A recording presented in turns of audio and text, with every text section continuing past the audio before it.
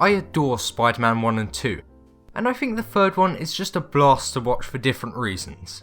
So good.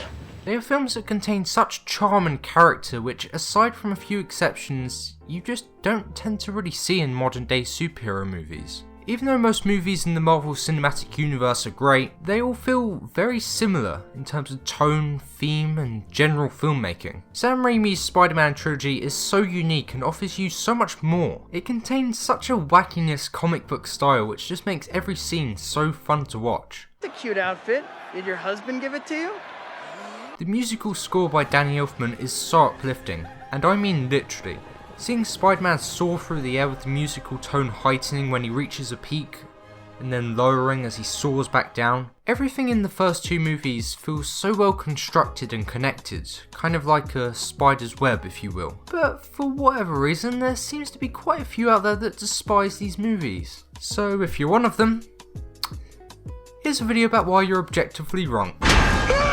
I'm just going to start out by saying that a lot of criticism directed towards these films are completely missing what these films stand for and represent. In general, I find that the intent of any film is always extremely important. It's completely fine to point out any issues you take with a movie, but to dismiss what the director's vision is and criticise the movie calling it bad just because it isn't what you expected it to be is quite frankly stupid. And this absolutely applies to the Spider-Man trilogy. You see it all the time where people complain about how these movies are extremely goofy and don't take the character of Spider-Man seriously at all. Taking Spider-Man seriously. You know, the human spider that swings around New York and has a bright red and blue costume.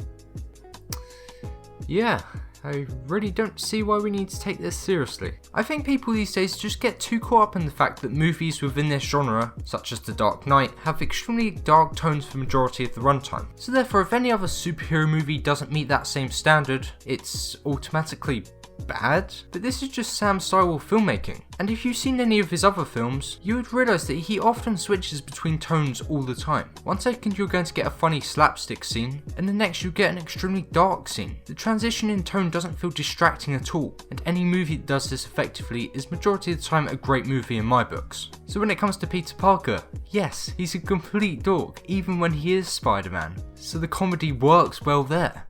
It rides up in the crotch a little bit too. But there's also a lot in his life that he cares about, and when that gets threatened, all of the darker scenes work greatly too. These won't be the films for everyone, and that's fine, but presenting intended filmmaking decisions as objective flaws is just dumb all round. What about the dated CGI though? You can't defend that, surely. Yeah, you're right.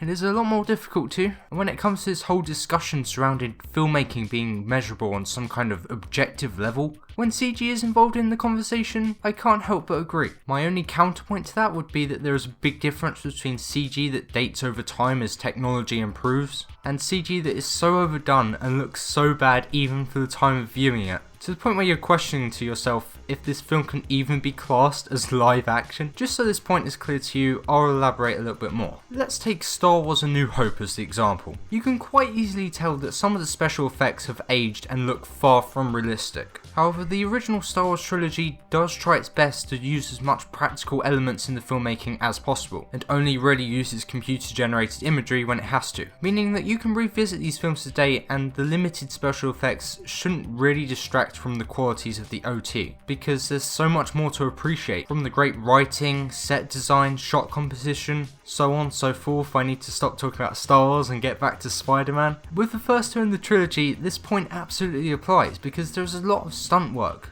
camera manipulation, and actual built sets. That last one seems a little bit odd to compliment, but it sadly applies now more than ever with all of these modern day superhero films. Overall, I think you should just appreciate the qualities, and that limited amount of CG should more just be pushed to the sides as kind of a meh, it was just early 2000s, which is why the third one is a little more difficult to defend because it doesn't really have a good balance of the two. It's widely accepted by pretty much everyone that the film has quite a few issues setting it back from being as perfect as the prior ones. As most of you probably know, there was a great deal of studio interference which basically made the movie very corporate and have 3 villains and 2 variants of Spider-Man, basically just to sell more toys, I'm presuming. The original idea was that it's just going to be Spider-Man and Sandman, you know, the kind of classic hero versus villain but it just kind of all became one huge mess towards the end of that film, especially. It also made some very odd decisions which kind of